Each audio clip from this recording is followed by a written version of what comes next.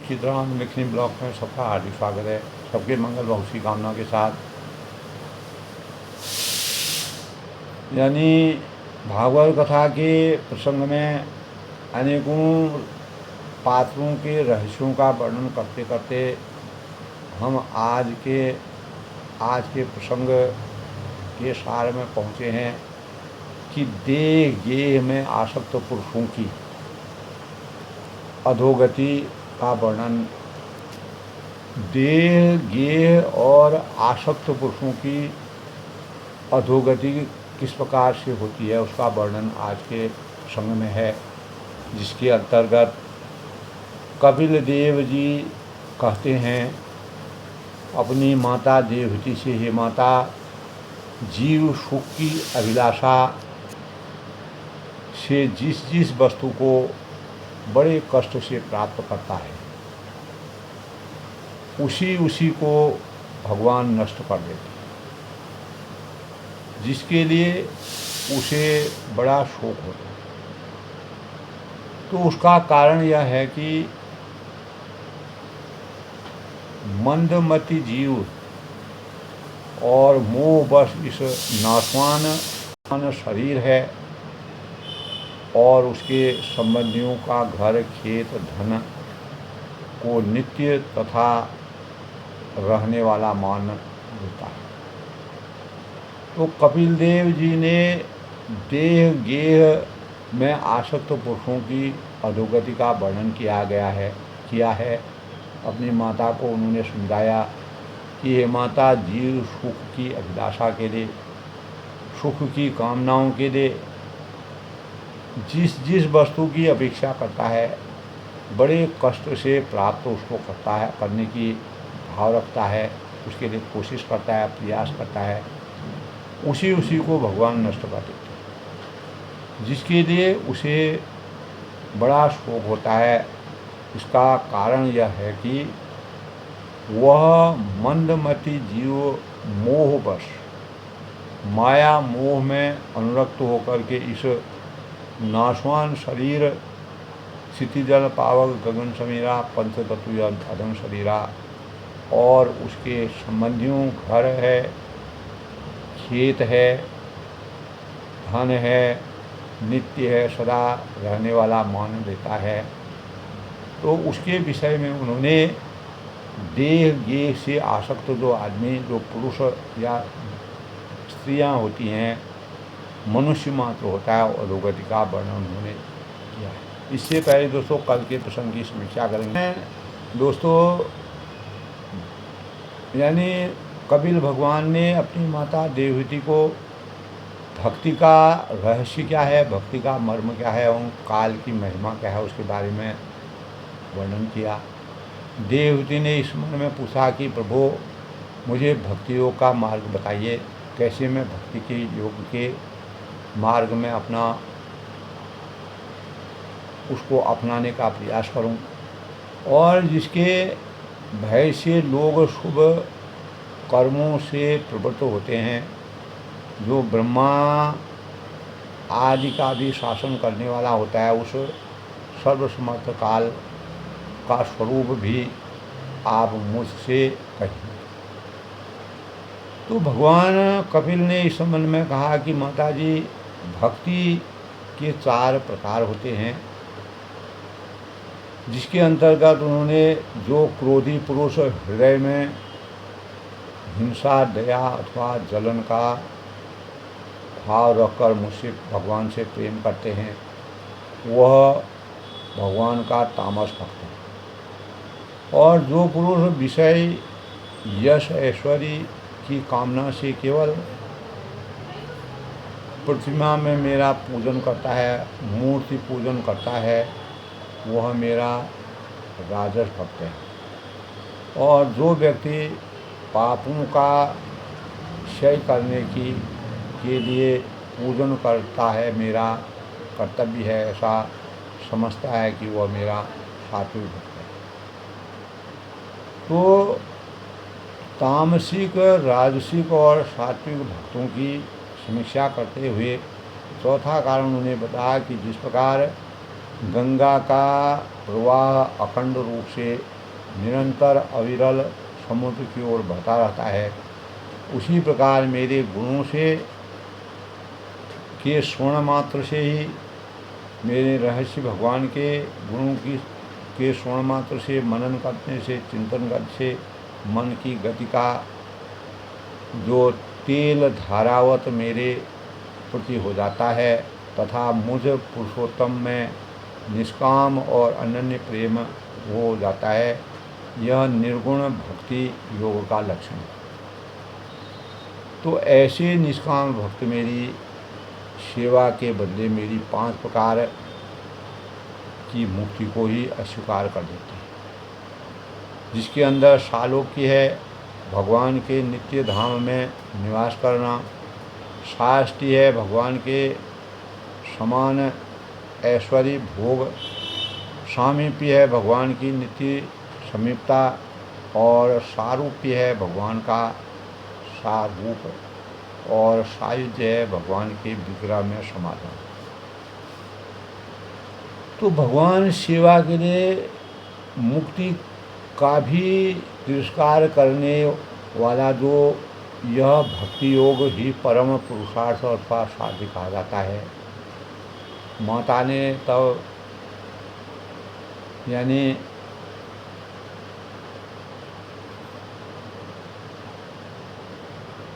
भगवान से कहा कि मैं आत्मा रूप से सभी जीवों में स्थित हूँ। भगवान ने यानी कपिल भगवान ने अपनी माता से कहा कि मैं आत्मा रूप से सभी जीवों में स्थित हूँ, यानी कस्तूरी कुंडल वैसे मृग ढूंढे बलमा ऐसे घटघट राम है दुनिया देखिए माँ ना ही। इसीलिए जो लोग मुझे जो है सर्वभूत स्थित परमात्मा का अनादर करके केवल प्रतिमा में ही मेरा पूजन करते हैं, उनकी यह पूजा जो है स्वांग मात्र है। तो मनुष्य अपने धर्म का अनुष्ठान करता हुआ तब तक मुझे ईश्वर की प्रतिमा मूर्ति आदि में पूजा करता रहे जब तक उसे अपने हृदय में अंतर्मन और बहिर्मन एवं संपूर्ण प्राणियों में स्थित परमात्मा का अनुराग न हो जाए। सबका समान रूप से आदर करने के भाव जब तक समर्पित। तो इसके बाद भगवान ने काल का स्वरूप बताया, और काल का न तो कोई मित्र है, न कोई शत्रु है, और न कोई सगा संबंधी है। तो यह सर्वदा सजग रहता है और श्री भगवान को भूलकर भोग प्रमाद में पड़े हुए प्राणियों पर आक्रमण करके उनका संहार करता है। उसके लिए कोई अपना नहीं, कोई पराया नहीं, कोई अच्छा नहीं, कोई बुरा नहीं। इसके भय से सारा जगत चल रहा है। अगर काल का भय न हो तो मानव अनेक प्रकार की कुरीतियों में फंसा रहे और मान सम्मान की विचारधारा न रहे, राक्षसी माया का सृजन रहे। यह स्वयं अनंत होकर भी दूसरों का अंत करने वाला होता है काल, और यह सारे जगत की रचना करता है और अपनी संहार शक्ति को यानी ब्रह्मा विष्णु महेश के स्वरूप का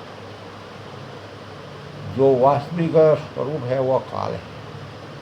मृत्यु के द्वारा यमराज को भी मरवा कर इसका भी अंत कर देता है काल का यह स्वरूप। भक्ति का मर्म और काल की महिमा के बारे में कपिल भगवान ने अपनी माता देवती को बताया। तो आज के प्रसंग में देह गेह से आसक्त पुरुषों की अधोगति का वर्णन किया। तो कपिल देव जी इस संबंध में कहते हैं कि माता जीव सुख की अभिलाषा के लिए, सुख भौतिक सुखों की आसक्ति के लिए जिस वस्तु का बड़े कष्ट जिस वस्तु को बड़े कष्ट से प्राप्त करता है, उसी उसी को भगवान एक दिन नष्ट कर देता है। तो जिसके लिए उसे बड़ा शोक होता है, वह दुख करता है, पश्चाताप करता है। तो इसका कारण यह है कि वह मंदगति जीव, मंदमति गति जीव जो है, वह मोहवश इस नाशवान शरीर और उसके संबंधियों को घर, खेत, धन और नित्य सदा रहने वाला मान लेता है। यानी यह हमेशा के लिए मेरे पास रहेगा, मैं जीवन भर इसका सुख भोग करूँगा। तो क्योंकि वह उसकी अधोगति का स्वरूप है। तो इस संसार में तब यानी भगवान ने कहा, कपिल देव ने कहा कि संसार में यह जीव जिस जिस योनि में जन्म लेता है, उसी में आनंद मानने लगता है। चाहे वह कीट हो, पतंग हो, मानव हो, पशु हो, पक्षी हो, जड़ हो, चेतन हो, उसी में उसको आनंद की अनुभूति होने लगती है और उससे विरक्त नहीं होना चाहता है। तो उसके संबंध में नाना प्रकार के मनोरथ, कल्पनाएं करके, मनोगणना करके, अनेक प्रकार के वाद विवाद करके, मन में अनेक प्रकार के भावों को सोचकर अनेक प्रकार की कामनाओं को करके अपने को बड़ा भाग्यशाली समझते हैं। क्योंकि उसकी विचार वह अनेक प्रकार के भौतिक सुखों की आसक्ति करता है। ऐसा होगा, वैसा होगा, मैं ऐसा करूँगा, वैसा करूँगा, सुख की प्राप्ति होगी। तो इसके पालन पोषण की चिंता में उसके संपूर्ण अंग जलते रहते हैं।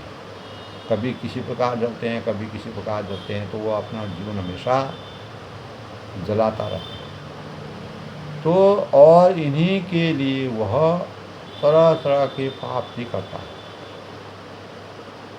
पाप करने का आशय है, गलत कार्य करता है, अपनी अपेक्षाओं को बढ़ाने के लिए दूसरों के परेशान करता है, जीव की हत्या करता है, अनेक प्रकार के गलत भाव करता है, एक दूसरे का हानि करता है, एक दूसरे से जलते हैं, फिरते हैं, आपस में लड़ाई होता है, झगड़ा होता है, अनेक प्रकार के विवाद होते हैं। और इन्हीं के लिए वह तरह तरह के पाप करता है और अपने सुख भोग के लिए और स्त्रियों के कपट पूर्ण प्रेम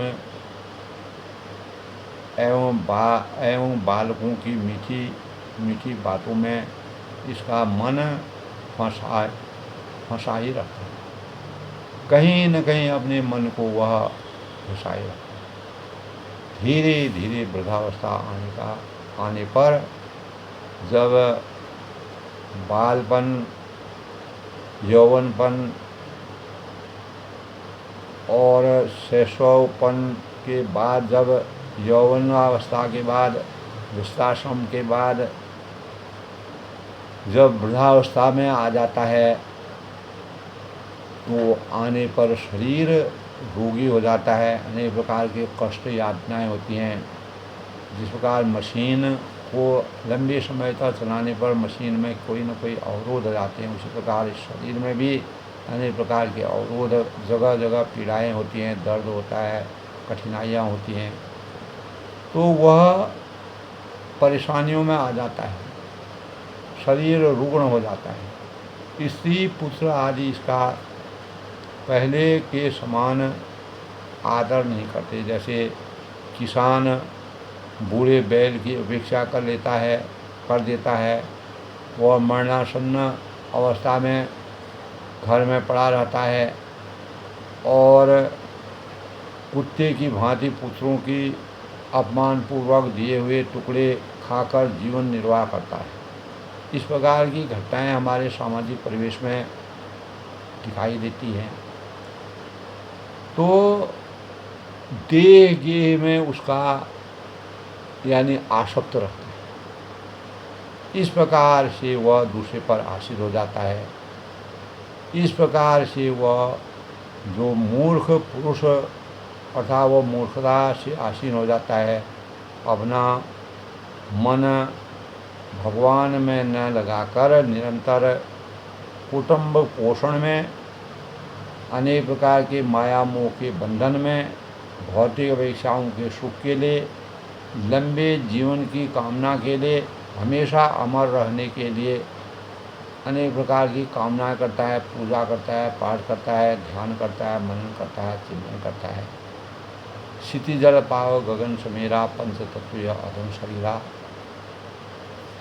इसका ज्ञान वह जब उसको पीड़ा होती तब उसके अंतःकरण में होता है, और रोते हुए अपने जो सगे संबंधी हैं के बीच अत्यंत वेदना से मूर्छित होकर मृत्यु को प्राप्त हो जाता है। तो पूरा जीवन का चक्र इस प्रकार से बीतता हुआ अपने जीवन में वो कुछ भी प्राप्त नहीं कर सकता। तो देह गेह में आसक्त पुरुषों की अधोगति किस प्रकार से होती है उसका वर्णन कपिल भगवान ने अपनी माता देवकी को बताया। इसके बाद जब वह मृत्यु को प्राप्त हो जाता है, इसके बाद उसको लेने अति भयंकर यमदूत आते हैं और उन्हें देखकर भय के कारण वह मलमूत्र कर देता है, भय हो जाता है और यमराज के स्वरूप को देखते हैं। वह यमदूत उसके गले में रस्सी बांधकर यमलोक की लंबी यात्रा पर ले जाते हैं। ऐसा हमारे भागवत कथा का वृत्तांत है। मार्ग में उसे कुत्ते नोचते हैं और तपती बालू पर जब एक कदम आगे बढ़ाने की शक्ति नहीं रहती है उसको, तो तब यमदूत उसकी पीठ पर कोड़े बरसाते हैं, अनेक प्रकार से उसको यातना देते हैं।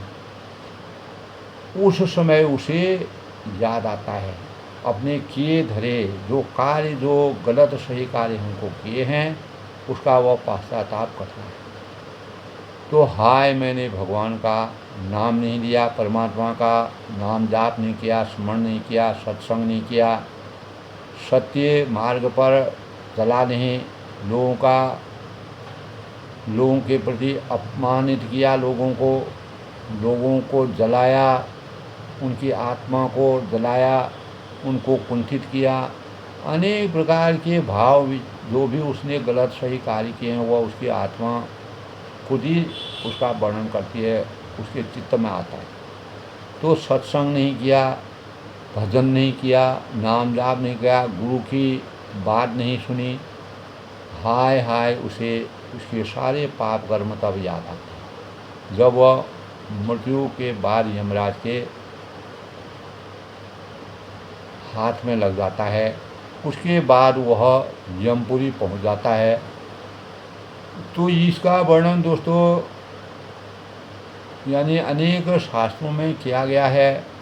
मृत्यु के पश्चात मानव जीवन का क्या होता है, और यमपुरी के कुत्तों और गिद्धों द्वारा उसके शरीर का मांस नोचा जाता है और सांप है बिच्छू से डंक मरवाया जाता है।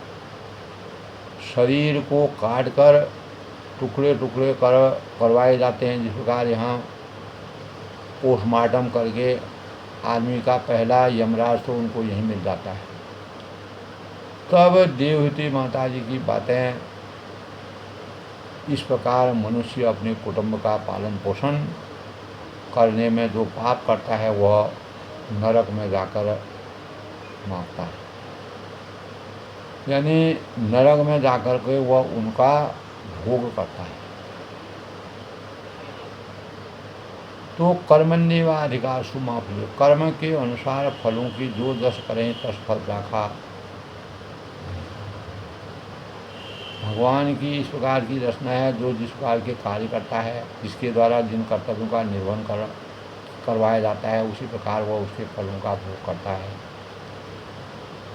भागवत कथा में वेद मुनि व्यास जी ने जो वर्णन किया है वह वास्तव में सत्य साबित होता है, क्योंकि हमारे जीवन का पूरा चक्रव्यूह इसी प्रकार चलता रहता है।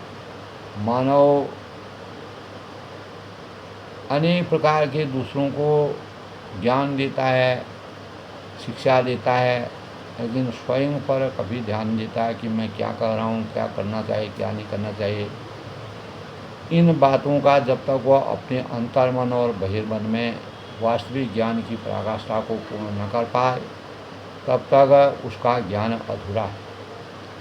इसीलिए गुरु भगवान कपिल भगवान कहते हैं कि शरीर से सेवा होने